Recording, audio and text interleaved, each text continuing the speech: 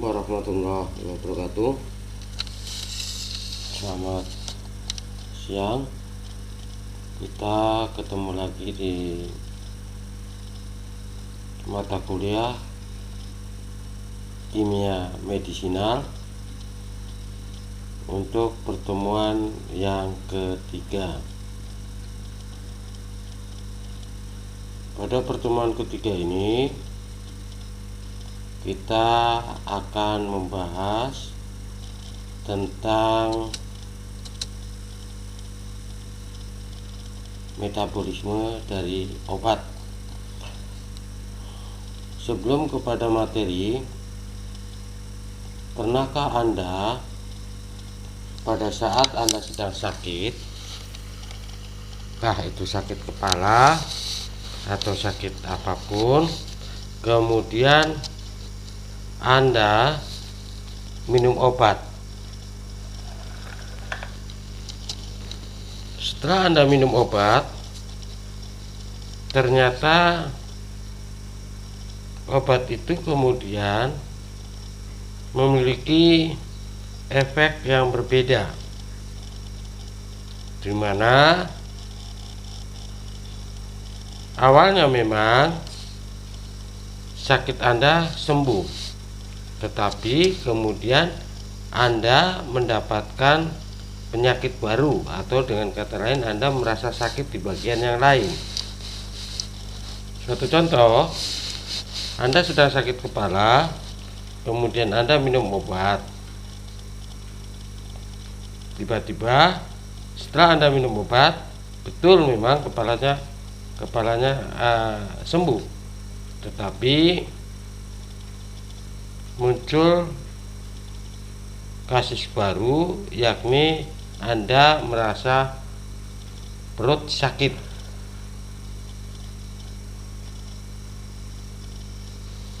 Kemudian, pernahkah Anda mendengar ucapan-ucapan dari masyarakat umum yang mengatakan bahwa kalau Anda setelah minum obat atau mengkonsumsi obat, kemudian Anda tidak diperbolehkan makan buah semangka, atau setelah Anda minum obat, kemudian Anda minum minuman yang bersoda seperti Coca-Cola, Pepsi, 7up, dan sebagainya. Kebanyakan masyarakat mengatakan bahwa jika kita minum obat kemudian mengkonsumsi minuman-minuman bersoda akan berdampak pada keracunan. Ada juga yang mengatakan bahwa nanti obatnya tidak berfungsi.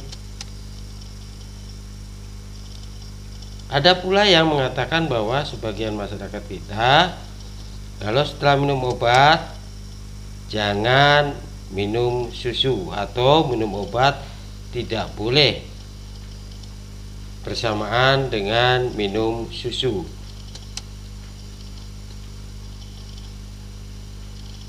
Menurut pendapat Anda bagaimana?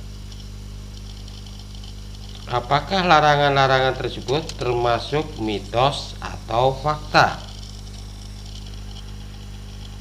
Untuk menjawab pertanyaan tersebut, mari kita pelajari tentang metabolisme dari obat pada tubuh kita. Baik. Obat yang kita konsumsi, misalkan di sini saya menggunakan obat B, kemudian saya konsumsi bersamaan dengan obat A, atau kita konsumsi dengan senyawa organik yang lain atau makanan yang lain, maka setelah masuk ke dalam tubuh, bisa jadi semakin meningkatkan aktivitas dari obat B tersebut, atau akan mempengaruhi masa kerja dari obat yang mestinya obat itu katakanlah 1 jam sudah sembuh, ini akhirnya 2 atau 3 jam kemudian baru sembuh.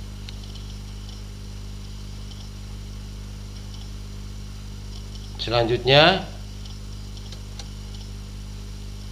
bisa berakibat jika kita mengkonsumsi dua obat yang berbeda, atau makanan, kita mengkonsumsi makanan organik bersamaan dengan obat, bisa jadi kemudian malah berbalik menjadi racun.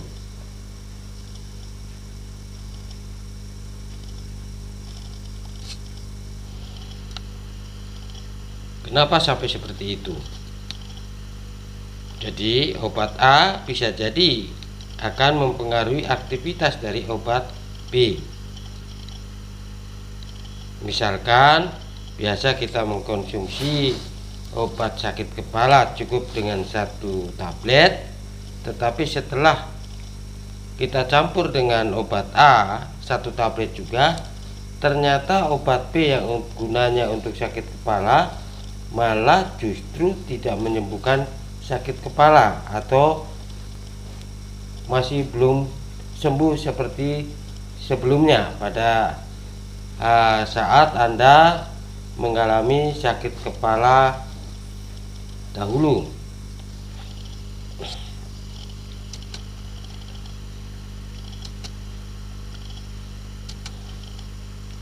Obat setelah masuk ke dalam peredaran darah, maka akan diserap oleh reseptor dan kemudian menjadi obat itu kemudian berfungsi sebagai respon biologis. Atau ada juga yang tidak sejalan dengan itu, melainkan obat itu masuk ke peredaran darah, kemudian diproses secara metabolisme dulu, baru kemudian berubah menjadi obat yang aktif, dan kemudian diserap oleh reseptor, barulah dia memiliki respon biologis. Jadi ada obat yang langsung secara cepat masuk di dalam peredaran darah tanpa harus mengalami proses metabolisme lebih dahulu. Tetapi ada juga obat yang kemudian harus melewati proses metabolisme dulu.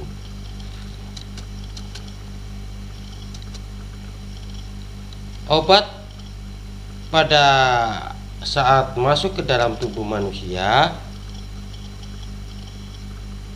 maka dia akan menjadi suatu zat yang bioaktivasi atau bioinaktivasi dan biotoksifikasi. Apa itu bioaktivasi? Bioaktivasi adalah potensial rubrum atau antibakteri turunan sulfonamid kemudian masuk ke dalam tubuh manusia. Ini contoh saja, masuk ke tubuh manusia kemudian menjadi sulfanilamid yang aktif.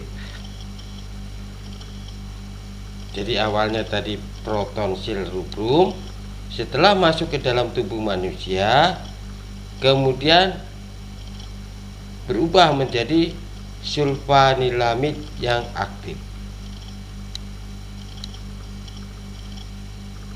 Sedangkan bioinaktivasi, contoh seperti tadi, yakni awalnya adalah protonsil rubrum, jadi sebagai obat yang diambil dari turunan sulfonamid sebagai antibakteri. Kemudian masuk ke dalam tubuh, kemudian sudah menjadi sulfanilamid yang aktif yang berfungsi untuk membunuh bakteri atau antibakteri. Tetapi kemudian terproses dengan proses asetilasi akan membentuk asetil sulfanilamid. Nah, bioinaktivasi ini akibatnya yang sulfanilamid itu aktif atau berfungsi sebagai antibakteri akibat dari proses lanjutan, yakni proses asetilasi atau penambahan asetil. Akibatnya obat tersebut fungsinya sudah berkurang. Itu bioinaktivasi. Sedangkan bioaktivasi artinya memang obat itu setelah masuk ke tubuh manusia menjadi suatu zat yang aktif secara biologi. Sementara bioinaktivasi setelah masuk ke tubuh manusia dia menjadi senyawa yang semestinya aktif jadi tidak aktif. Berikutnya ini contoh dari reaksi yang tadi protonsil rubrum.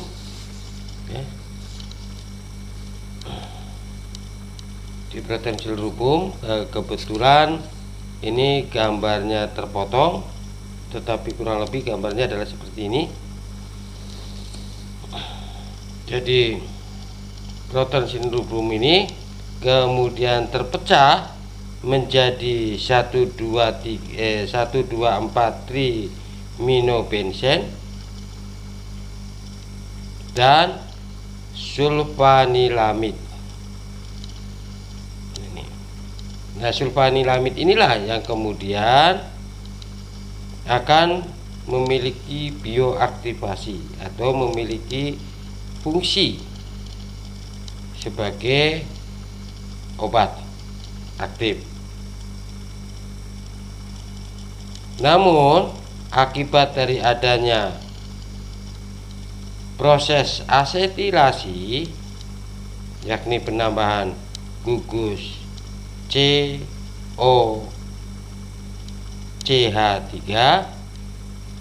yang kemudian menjadi asetil sulfanilamid, ini kemudian tidak memiliki bioaktivasi lagi, malah justru menjadi bioinaktivasi.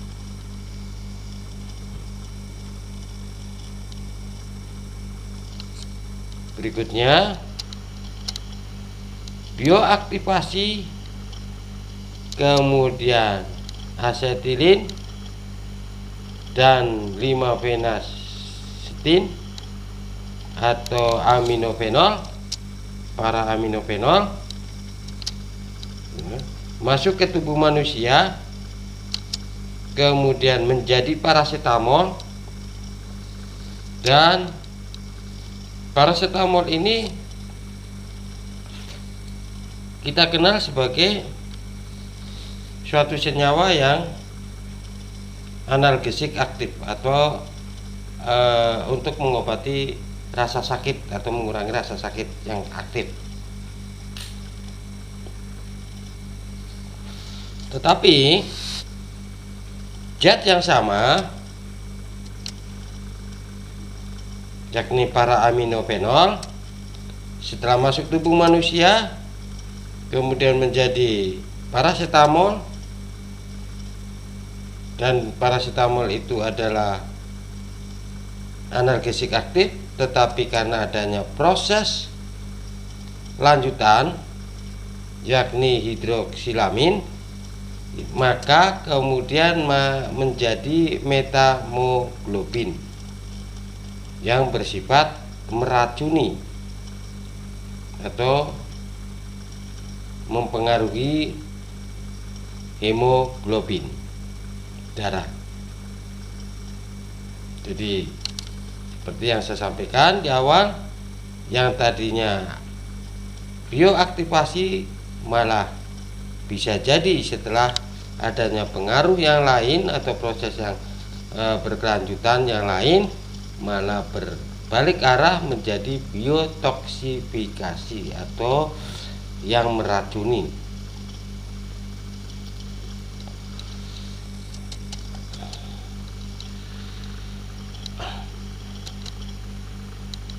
Kita lihat di sini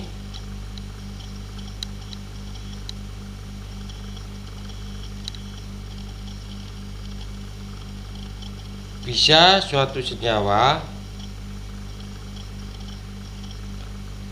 dengan suatu struktur yang berbeda maka memiliki efek farmakologi yang berbeda pula.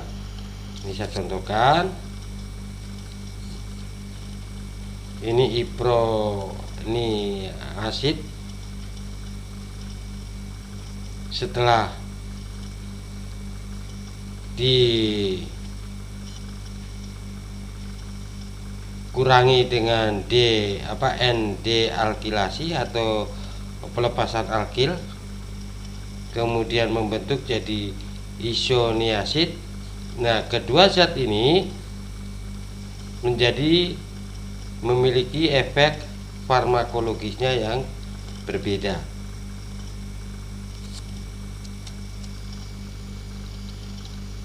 Kalau iproniasid itu sebagai perangsang sistem saraf pusat, sementara untuk isoniasid itu adalah antituberkulosis.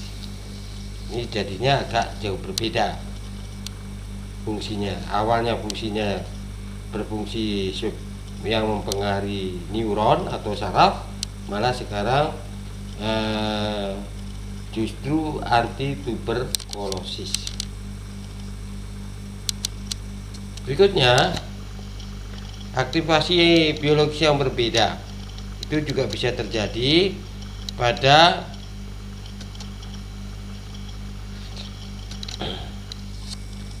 zat berikut, yakni prosain.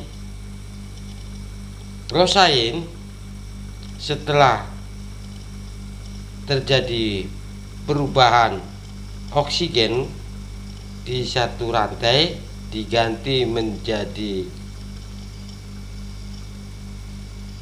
amina atau NH, maka menjadi prokainamoide.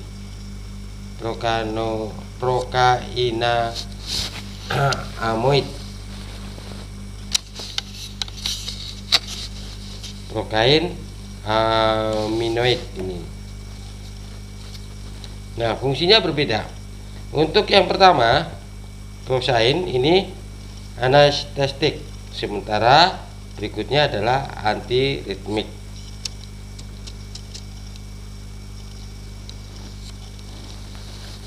Baik, berikutnya kita membicarakan tentang faktor-faktor yang mempengaruhi metabolisme obat. Yang pertama adalah faktor genetik atau turunan.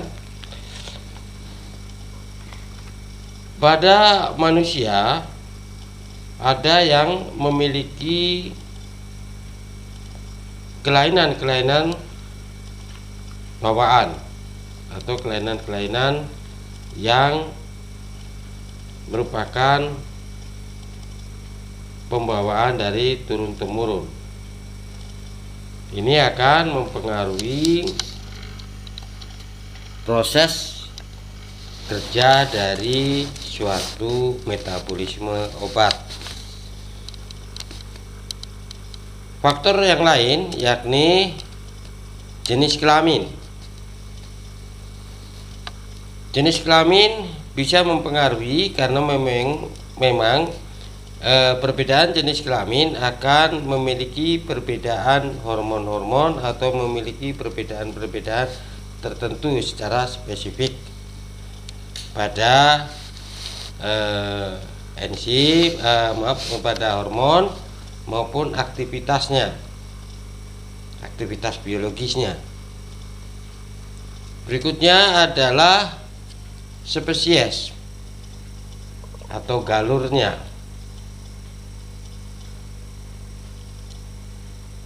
Atau jenis makhluk hidupnya. Jadi obat-obatan yang masuk ke dalam tubuh dari metabolisme tergantung kembali obat itu memiliki bioaktivasi atau tidak memiliki, atau bahkan kebalikannya, itu dipengaruhi juga dari spesies atau jenis makhluk hidup. Misalkan kita memberi obat kepada seekor sapi akan berbeda fungsinya jika kita obat tersebut kita berikan kepada manusia. Selanjutnya, selain dari spesies, yakni induksi enzimnya. Setiap makhluk hidup memiliki induksi enzim yang berbeda-beda. Berikutnya adalah penghambatan enzim metabolisme.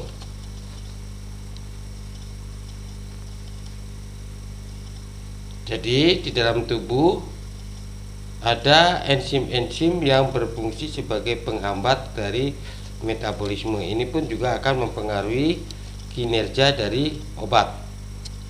Selanjutnya adalah umur.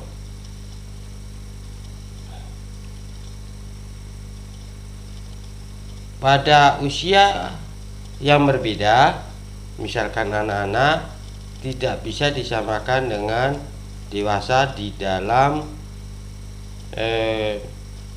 memberikan obat. Hal ini diakibatkan dari jaringan-jaringan tubuh pada anak-anak lebih rentan dibandingkan dengan jaringan-jaringan tubuh yang orang dewasa. Atau keadaan tertentu seperti keadaan ibu hamil atau ibu yang sedang menyusui. Ini juga merupakan faktor yang dapat mempengaruhi metabolisme obat pada tubuh.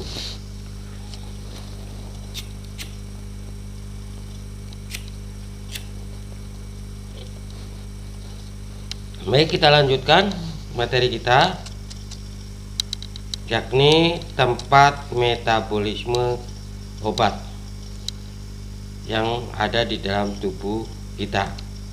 Obat setelah kita konsumsi secara oral atau kita masukkan melalui mulut, kemudian akan masuk ke dalam jaringan pencernaan kita, yang selanjutnya diserap oleh usus halus dan masuk ke hati. Nah, setelah masuk ke hati, nah di sini kemudian, jadi setelah diserap ya, mulai diserap oleh saluran cerna, kemudian ada yang disalurkan di hati, ada pula yang disalurkan ke paru-paru, dan ada pula yang disalurkan ke ginjal. Tapi yang paling banyak adalah yang masuk ke dalam hati. Untuk obat-obatan yang kelebihan biasanya ditampung di hati, sementara obat-obatan yang kemudian mudah untuk larut di dalam air biasa sangat mudah sekali masuk di dalam ginjal. Nah, nanti proses berikutnya adalah mengarah kepada pembuangan lewat urin. Proses metabolisme obat di dalam tubuh pada dasarnya kebanyakan obat itu merupakan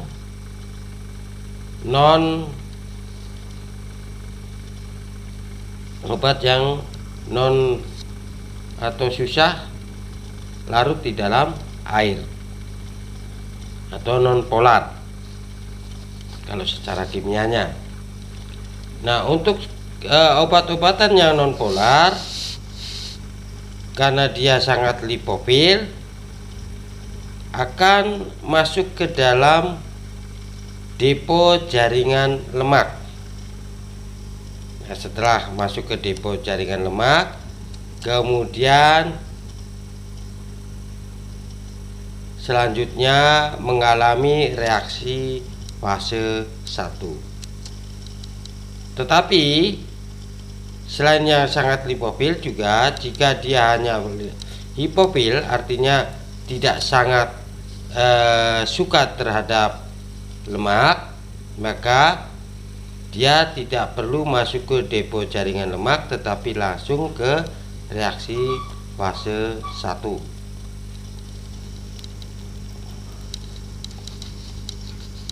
Setelah masuk ke reaksi fase 1, selanjutnya berubah menjadi obat yang sudah berbentuk polar, bukan lagi non polar tapi polar, yang bisa larut di dalam air. Nah, reaksi fase kemudian setelah itu masuk ke reaksi fase kedua. Untuk obat-obatan yang hidrofil atau yang suka dengan air, itu kemudian obat tersebut bertindak langsung mengarah kepada reaksi fase 2, tidak melewati depo jaringan lemak maupun reaksi fase 1, tetapi langsung reaksi fase 2. Setelah reaksi fase 2, selanjutnya menghasilkan suatu zat yang sangat hidrofil atau yang sangat suka dengan air masuk ke ginjal. Nah, setelah masuk di ginjal, kemudian dibuang melalui urin. Obat yang sangat hidrofil atau yang sangat mudah larut kebanyakan tidak melewati fase-fase yang lain, melainkan langsung obat tersebut masuk ke dalam ginjal atau dalam hati dan empedu. Nah, selanjutnya dihidrolisis membentuk hipofil siklus heterohepatik. Nah, ini masuk ke siklus berikutnya. Nah, setelah masuk ke siklus tersebut, kemudian terjadi reabsorpsi atau absorpsi ulang atau penyerapan secara ulang untuk masuk kembali ke dalam hati dan empedu. Untuk obat-obatan yang setelah dikonsumsi kemudian tidak bisa dimetabolisme dan tidak dapat dicerna, itu dibuang melalui fases karena dia tidak masuk atau tidak bisa diabsorpsi atau tidak bisa diserap oleh usus halus.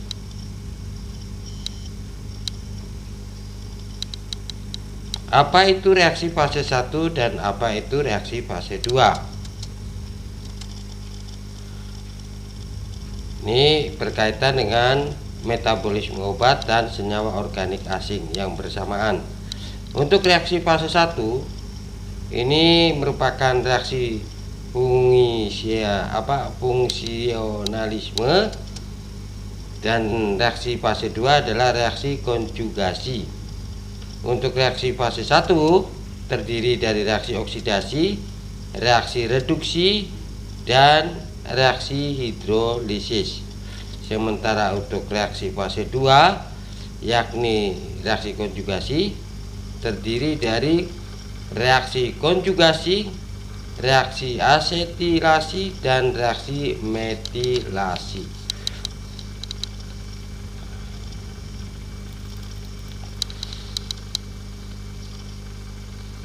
Untuk dapat mengingat kita, reaksi fase 1 adalah reaksi oksidasi, reduksi, dan hidrolisis. Sementara reaksi fase 2 adalah reaksi penambahan gugus alkil, baik asetilasi atau metilasi dan konjugasi. Demikian untuk pertemuan kali ini. Kita ketemu lagi pada pertemuan berikutnya